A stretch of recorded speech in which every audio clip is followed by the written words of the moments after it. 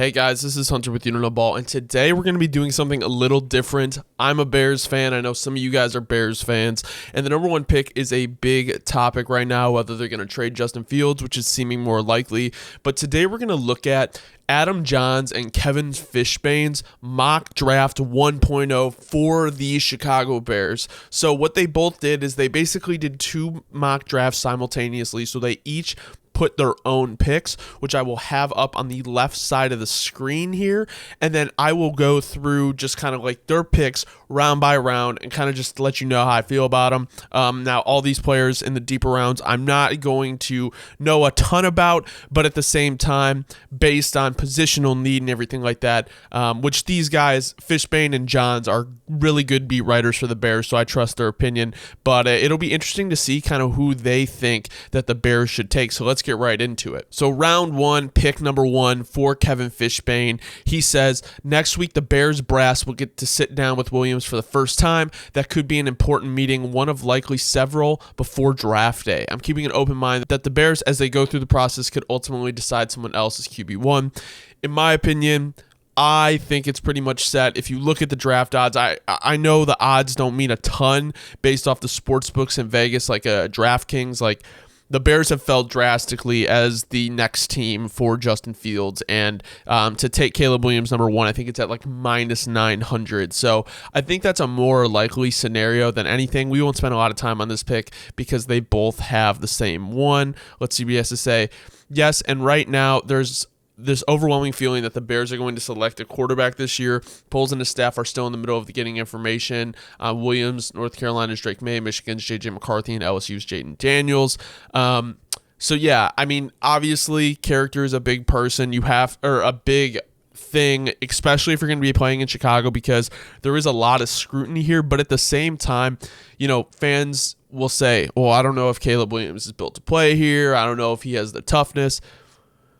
If Caleb Williams is just like a top 12 quarterback, that's pretty much the best the Bears have ever seen.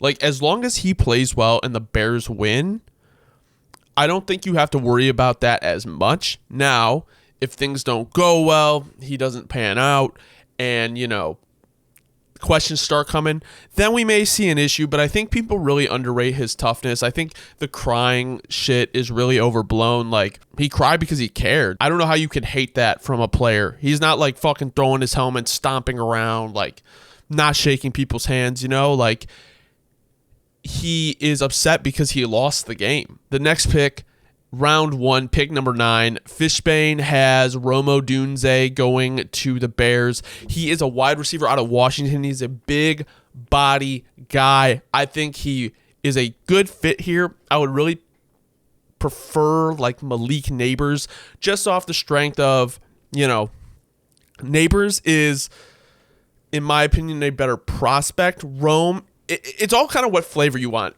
If you want a player that is more kind of like a DJ Moore, that's Malik Neighbors. And I know we want to get a little bit different on offense, but I think Malik Neighbors is just that good that it doesn't matter if you have him and DJ Moore on the field at the same time. Rome Odunze is a bigger body, someone that can go up and get the ball, red zone threat, and I would love to have him.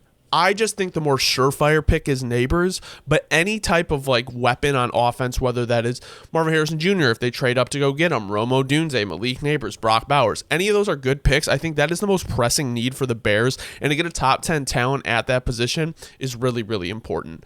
So at pick 9, Jahns has the Bears going Joe Alt.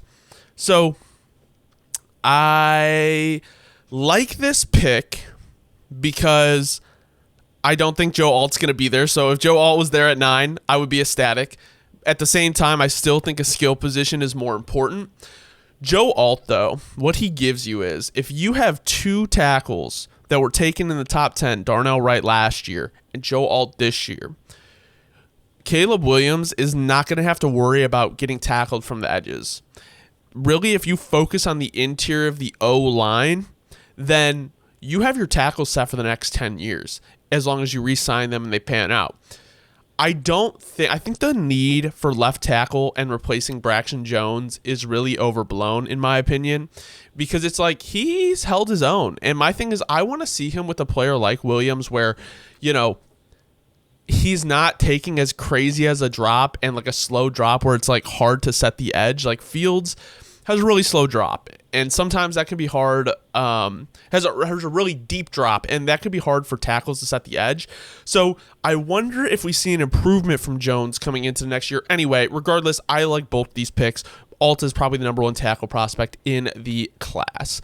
At round 2, pick number 51, Fishbain. So this is a projected trade from Pittsburgh. So basically, this would, in my opinion, be from the Justin Fields trade. So Adisa Isaac, Brugler's 53rd rated prospect. Isaac is 6'4" with nearly 34-inch arms. He had 7.5 sacks and 16 tackles for loss last season. With his length and quick twitch, he seems like a player who will put up combine numbers that will entice a Bears staff that prefers athletes. Yeah, I mean, I think edge here in the second round is a good idea. Also, though, if you don't go wide receiver in the first round, I could also see them going edge here. I think edge is a position in need. I could also see them grabbing one of the top safeties off the board if they don't address that in free agency. I think that makes a lot of sense. I think, around 50 is where you want to go grab those safeties, whether that is Tyler Nubin, Cam Kitchen, Jaden Hicks, any of those guys. All right, so for pick number 51 for Adam Jahns, he has the Bears going Roman Wilson. So so this is exactly what I was just saying. He went wide receiver here because he went tackle in the first round at pick 9. I like Roman Wilson. I don't think he's a bad player, but at the same time, like I think a lot of his rise came from the Senior Bowl. I don't think he was nearly highly as touted just from the season at Michigan that we saw. So I'm not against Roman Wilson. I think he made some really, really good plays. I wish I could have seen their board, though, and see what other, wide receivers are there. I think a wide receiver within your top 3 picks, obviously it's not going to be the first pick, is very, very important because you got to address a wide receiver in free agency. But also, I think you need a young guy in that room that can develop. At pick 75 in round 3, we have Fishbain taking Javon Bullard. He is a safety out of Georgia. So here is my opinion on Bullard. I like him as a player. I think I don't have my safety rankings up right now. That's actually one of the groups I finished up my prospect reviews. And I think Bullard is a fine player. I think he's a little bit on the smaller side, though, and I don't know if that's the kind of archetype that the Bears look for. The Bears typically want like long, rangy players. Bullard by no means is bad, though, and it says here he was second team all SEC. The Bears need a safety. I just feel like if you're not going to get a safety in free agency and you're going to go through the draft, you want to get a guy like Kitchens, who's not as big as like a Nubin or a Jaden Hicks, or you get a Nubin or Jaden Hicks, which are kind of the more like physical body types that the Bears try to target for their secondary. At pick 75 for Jahns, he has Christian Haynes, a guard out of Connecticut. I like this pick a lot. So it says the Bears have Tevin Jenkins and Nate Davis already in place for 2024. When healthy, they're a formidable duo. Keywords, when healthy. Yeah, so, outside of Nate Davis's injury, he was dealing with a lot last year. I know he lost a family member, and that is kind of like what threw him off during camp and everything like that. He didn't play his best last year. I think Tevin Jenkins is really good when he's not injured, but you have to get some help on the interior because I don't know if this free agency, if they've accounted for like center, because, center is really like the worst position that we have. And Whitehair's gone. I believe Lucas Patrick is gone. So it's like we don't have a center, maybe like Doug Kramer, but I would not want to go into the season with him as a starting center. I think putting youth in the O-line and building that depth consistently through the draft is the right way to go. At round 4, pick number 111, we have Fishbain taking Mason McCormick. He's a guard/center, so interior O-lineman out of South Dakota State. I don't really know much about him, so I'm going to give you a little read on him. Based on their cap space and draft position, the Bears might be best situated to sign a starting center in free agency. In that scenario, they should still add depth to the interior. McCormick impressed at the Shrine Game. He played for the best team in the FCS, starting 57 games for back-to-back champs. Brugler writes that McCormick isn't at his best in space, which might not be the best fit for the Bears, but if he can show off some athleticism in Indianapolis, it'd match up well for someone who has the technique and power to anchor down and control defenders. I don't hate that pick. I think, honestly, with where the Bears are at, I like their secondary room. I like their wide receiver room so far, depending on what they do in free agency and what they've done in this mock draft. I think our later round picks, once you get that safety in there, offensive line depth, defensive line depth, I think that's really where you need to go. That is the most important position here. At pick number 111 for Jahns, he has Sione Vaki. He said, okay, this feels a bit low for Vaki, who strikes me as a player scouts fall in love with and then bang the table for during pre-draft meetings. He was called Mr. Versatile at Utah because he played safety and running back. I remember seeing that. He then practiced at both positions during the Senior Bowl week. He finished the 2023 season at Utah with 51 tackles, 8.5 tackles for loss, 2 sacks, and an interception. So I like the pick going with a safety here if you're not going to address it in free agency. I need to see him at the combine because I watched a little bit of his tape and I know he was that versatile player, but I'm not sure. As for a positional need, regardless if you get a guy in free agency, maybe you want a guy that's very versatile that can just kind of play in that DB room, that doesn't need to play. I mean, like, he's probably going to play predominantly safety, but you could always look at it like, okay, here's a guy that we know probably is not going to play right away, but he can play in that DB room and just add depth. I mean, the Bears, in my opinion, already have like pretty good depth if they keep Jalen Johnson. So this would just be another guy that they can throw in there and feel confident about. Round 4, pick number 123, we have Fishbain taking Jared Wiley, tight end out of TCU. So this is a good pick in my opinion positionally because you have Cole Kmet. You're probably not, like in this mock draft, you don't get Brock Bowers. You're probably not going to sign like a big tight end guy in free agency. Jared Wiley, the Seahawks had 3 tight ends finish with at least 17 catches last season. They were second in the NFL in percentage of snaps. So with 3 tight ends, Waldron seems like a play caller who'd prefer a better receiving threat alongside Cole Kmet. I agree. I think, honestly, giving Caleb Williams more safety blankets, and he said Wiley, who led TCU with 47 catches and 8 touchdown receptions last season, he checked in at a massive 6'6", 253 pounds. I really want like a big tight end. Like, getting Cole Kmet in there with a guy like Wiley would be really, really, really fun. And I think that tight end room is going to be utilized so much more with Waldron here that it's like that's a position that you actually really need to focus in on depth. At pick 123 for Jahns, he is Trey Benson out of Florida State. I like this pick a lot. In my opinion, Trey Benson is probably one of my favorite guys, like running backs that I'd want out of this draft. But my top guy, if he's available, is I really, really, really want Bucky Irving. He is so explosive, so quick, so fast. And I just think like he would pair so well with like a Roschon Johnson and Khalil Herbert. I think that would be a great addition to the room. But Trey Benson would also not be bad.